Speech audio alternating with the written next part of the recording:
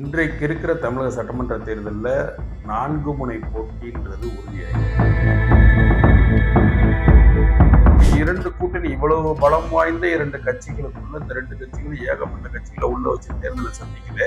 அப்ப இந்த 2மே மிக பலம் வாய்ந்த கூட்டணிகளா இருக்குதா, கட்சிகளா இருக்குதான்னு பார்த்தோம்னா, அந்த கூட்டணி தான் அதற்கு இருக்கக்கூடிய பலவீனமாவும் இருக்கு.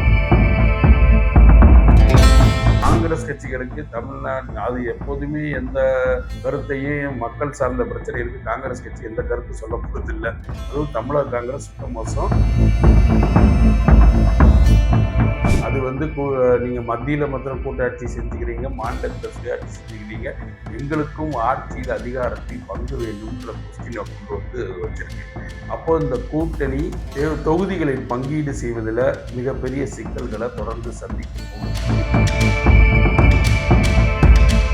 2 கட்சிகளுமே வந்து அந்த கூட்டணிக்குள்ள இது வந்து ஒரு கூட்டணி ஆட்சியா தான் வரணும் அப்படிங்கிற ஒரு கோரிக்கையை முன்வைத்து தான் இந்த 2 கூட்டணிகளுமே நகர துணைக்கும். இதுல இருக்கிற எல்லா கட்சிகளுக்கும் இதுல விருப்பம் இருக்குமான்னு கேட்டா கண்டிப்பாக இருக்கு. எதன் வழியா சாத்தியப்படும்னா அதுக்குத்தான் பிளேயர்ஸ் 2 பேர் வெளியே இருக்காங்க. ஒருத்தர் விஜய், இன்னொன்று வந்து சீமான். இவர்கள் பிரிக்கக்கூடிய வாக்கு இந்த 2 பிரதான கட்சிகளையுமே பெரும்பான்மை பெற விடாம செஞ்சோம். அப்படி பெரும்பான்மை பெற விடாம செய்யும் பொழுது கூட்டணி ஆட்சி என்ற ஒன்று வந்து கண்டிப்பாக தமிழக தேர்தலில் இந்த தேர்தலில் நம்ம பார்க்கக்கூடிய ஒரு விஷயமா வந்து முடியும். வணக்கம். 2026 தமிழக தேர்தல் எப்படி இருக்க போகுது அப்படின்றத நம்ம இந்த நிகழ்ச்சியில பார்க்க போறோம். அதாவது வந்து தேர்தல் நாளுக்கு நாள் பரபரப்பு, விதவிதமான காட்சிகள் மாறுறது, இவர் அங்க இருக்காரு, இவர் இங்க இருக்காரு அப்படின்னு வந்து ரொம்ப சுவாரஸ்யமா போயிட்டு இருக்கு. கடந்த ஒரு மாதமா தேர்தலை ஃபாலோ பண்ணாதவங்களுக்கு கூட இந்த ஒரு நிகழ்ச்சி முழுமையான அரசியலை கொண்டு போய் சேர்க்கும் நம்புறேன். அதன் அடிப்படையில் இன்றைக்கு இருக்கிற தமிழக சட்டமன்ற தேர்தலில் 4 முனை போட்டின்றது உறுதியாயிருக்கு. 4 முனை போட்டின்றது இப்ப இருக்கிற நிலவரம். அதாவது திமுக தலைமையிலான கூட்டணி கட்சிகள் ஒரு பக்கம், பாஜக, அதிமுக தலைமையிலான கூட்டணி ஒரு பக்கம், விஜய் ஒரு பக்கம், சீமான் ஒரு பக்கம்னு 4 முனை வந்து போட்டி இருக்கு. இப்ப இந்த 4 முனையில என்னென்ன சிக்கல் இருக்கு அப்படிங்கிறது தான் நம்ம இந்த நிகழ்ச்சியில அலச போறோம். இப்போ முதல்ல வந்து இந்த 2 கட்சிகள் திமுக, அதிமுக இந்த 2 கட்சிகள்ல தான் கூட்டணி கட்சிகள் இருக்கு. அதாவது அந்த கூட்டணிக்குள்ள நிறைய கட்சிகள் வந்து உள்ள இந்த தேர்தலில் பங்கு பெறுது. அதே நேரம் தாவேகாவும் நாம் தமிழரும் தனியா நிக்குது. அவங்களோட எந்த கட்சியும் கூட்டணி இல்லை. அவங்க வந்து தங்களுடைய முழு பலத்தையும் தனிமையாவே வந்து சோதிச்சு பார்க்குறாங்க. இந்த கூட்டணியில் இருக்கக்கூடிய கட்சிகளுக்கு திமுக கூட்டணியும் சரி, அதிமுக கூட்டணியும் சரி, கடந்த ஒரு மாதத்திற்கு முன்பு தேர்தல் நிலவரத்தின்படி திமுக கூட்டணி அமோக வெற்றி பெறும்ன்றதுதான் தேர்தல் வியூகமா இருந்தது.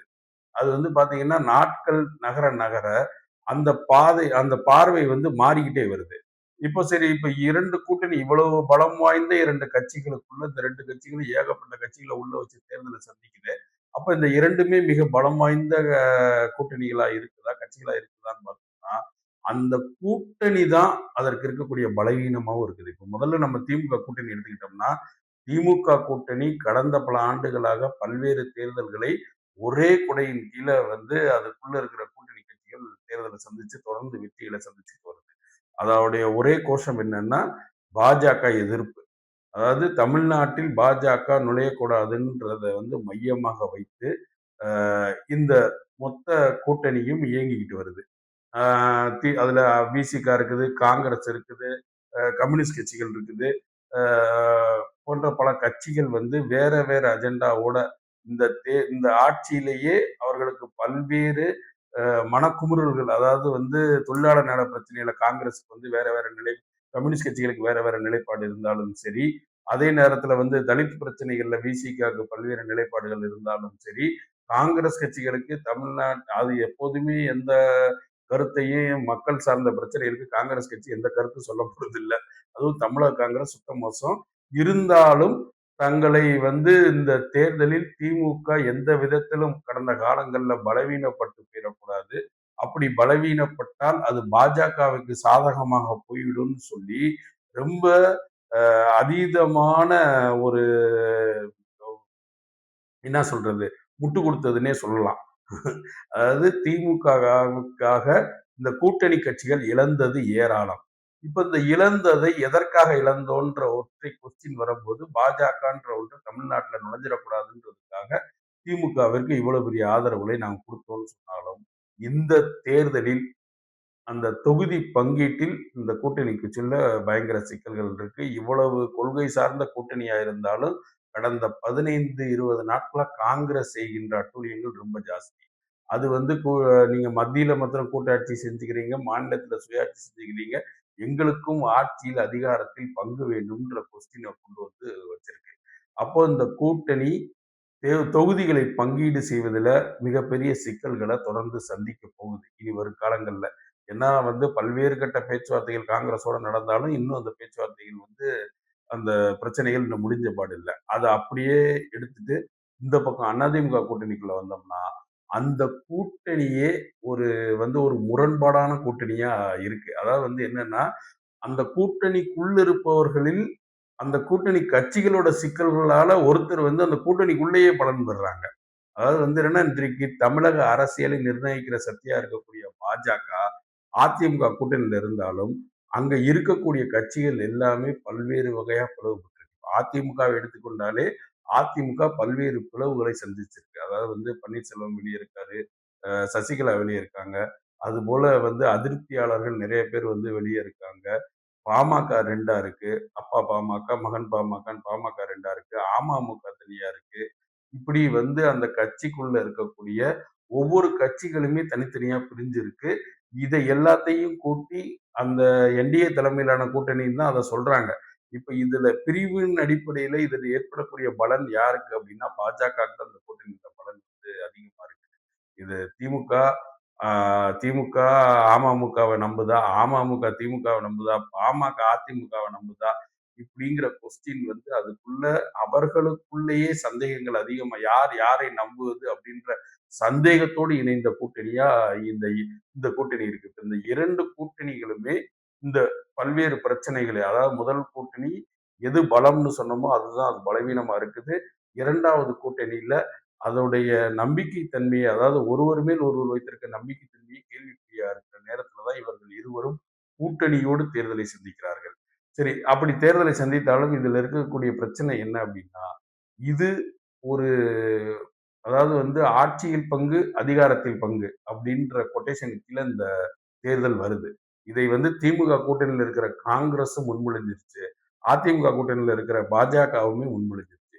2 கட்சிகளுமே அந்த கூட்டணிக்குள்ள இது ஒரு கூட்டணி ஆட்சியா தான் வரணும் அப்படிங்கிற ஒரு கோரிக்கையை முன்வைத்து தான் இந்த 2 கூட்டணிகளுமே நகரத் தொடங்கியிருக்கு. இதுல இருக்கிற எல்லா கட்சிகளுக்கும் இதுல விருப்பம் இருக்குமான்னு கேட்டா கண்டிப்பாக இருக்கு. அப்போ இந்த விசிகாக்கும் அந்த கூட்டணி ஆட்சியில பங்கு பெறணுன்ற விருப்பம் இருக்கும். கம்யூனிஸ்ட் கட்சிகளுக்கு இருக்கும். இதே மாதிரி அதிமுகல அமமுகவுக்கு இருக்கும். எல்லா ஜான் பாண்டியன் முதற்கொண்டு கூட்டணி ஆட்சி வந்தால் நன்றாக இருக்கும். எங்களுக்கு ஆட்சியில பங்கு கொடுத்தா நல்லா இருக்கும்னு நேத்தே சொல்றாரு. அப்போ இது எங்க சாத்தியப்படும்? இது இந்த கூட்டணி ஆட்சின்ற முறை எங்க போயி எதன் வழியா சாத்தியப்படும்னா, அதுக்குத்தான் பிளேயர்ஸ் 2 பேர் வெளிய இருக்காங்க. ஒருத்தர் விஜய், இன்னொன்னு சீமான். இவர்கள் பிரிக்கக்கூடிய வாக்கு இந்த 2 பிரதான கட்சிகளையுமே பெரும்பான்மை பெற விடாம செஞ்சிரும். அப்படி பெரும்பான்மை பெற விடாம செய்யும்போது, கண்டிப்பாக கூட்டணி தொங்கு சட்டசபை உருவானால், கூட்டணி ஆட்சி என்ற ஒன்று கண்டிப்பாக இனி தமிழக தேர்தல்ல இந்த தேர்தல்ல நம்ம பார்க்கக்கூடிய ஒரு விஷயமா முடியும். கூட்டணி ஆட்சின்றதை எந்த கட்சிகளும் இதுவரைக்கும் நிராகரிக்கல. வேண்டான்னு சொல்லல. திராவிட கட்சிகள் மட்டும் தான் கூட்டணி ஆட்சி தமிழ்நாட்டு மக்களுக்கு பிடிக்காதுன்னு சொல்லுதே தவிர, திராவிட கட்சிகளில் கூட்டணி வைத்திருக்கின்ற எந்த கட்சியும் இதுவரைக்கும் எங்களுக்கு கூட்டணி ஆட்சி வேண்டான்ற கருத்தை சொல்லல. அப்படி இருக்கும்போது, இந்த தேர்தல் அடுத்தடுத்து நடக்கக்கூடிய பல்வேறு நகர்வுகள் எல்லாமே இதை நோக்கித்தான் போகுதா? இல்ல இது சாத்தியப்படுறதுக்கு உண்டான வாய்ப்பு இருக்கான்றத அடுத்தடுத்த அரசியல் நிகழ்வுகளில் நம்ம இத ஃபாலோ பண்ணிட்டே வருவோம். இந்த தொங்குக்கோ, கூட்டணிக்கோ உண்டான வழிமுறைகள் அடுத்தடுத்த தேர்தல் நகர்வுகள்ல நம்ம பார்க்கலாம். நன்றி, வணக்கம்.